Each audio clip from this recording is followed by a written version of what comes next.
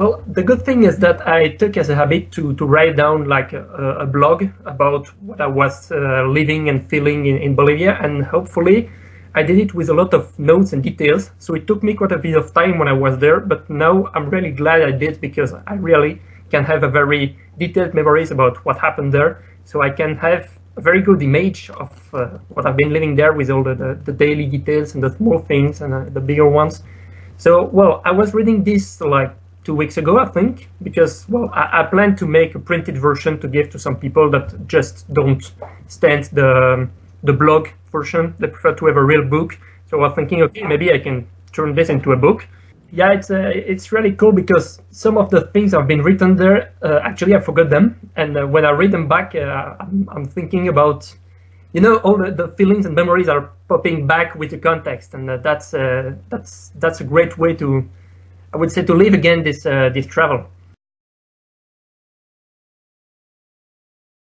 Well, I'm working for Ericksonn Group.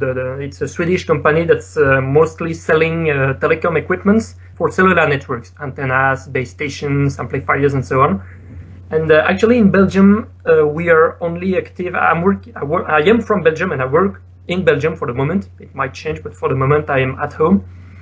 And we are more on the service part, which means some operator asks us to completely manage the network, design it, build it, and do the maintenance of the network. And my title is site engineer, which is exactly what I was also in Bolivia. But here I'm called site engineer. So my job is to work on the extension of the network. So it means going to an existing site, or to a site that does not exist yet, actually, to assess the needs, exactly where we will put the pylon, what kind of antennas, what do we need here and there, the power, the transmission solutions, all the technical parts that we need to build the site. Then afterwards, when we decide to start the works, I'm going on site with a team of workers that are mostly climbers and less qualified people. They are really good, but, well, we should not ask them to really think about all the project management. So I need to guide them exactly about what the way of working. And these, most of the time, are not Belgian, actually. Yeah? These are Portuguese, these are Romanians, these are Polish, and they work well, they are cheap, but they sometimes don't think as much as we would like them to. And that's why we need to have some qualified people on site with them to guide them and to ensure that the job is correctly done.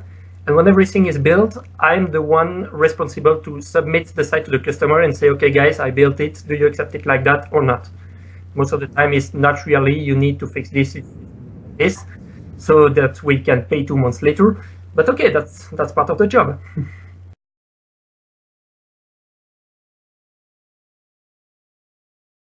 Well, I've recently moved to Brussels to be more, I would say, closer to the face, and also as we have a lot of travels to do to go from to all the other sites. It was better for me to be based in the capital. It was easier for me. I'm still driving a lot. I would say 1,000 kilometers per week. So I don't know how much it makes it miles, but it's a lot. Yeah, something like that. Yeah, and it's great because it's very diverse. Huh? One side is not another one.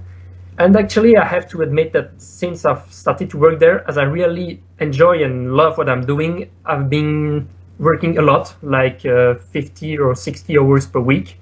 Not every week, but it happens that I was doing 60 hours per week.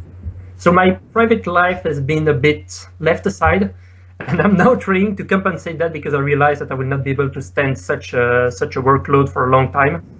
So I'm now in the process of recentering my interest between the work and the non-work aspects. So, well, maybe now I'm in the good conditions to look for some other private matters, private relationship.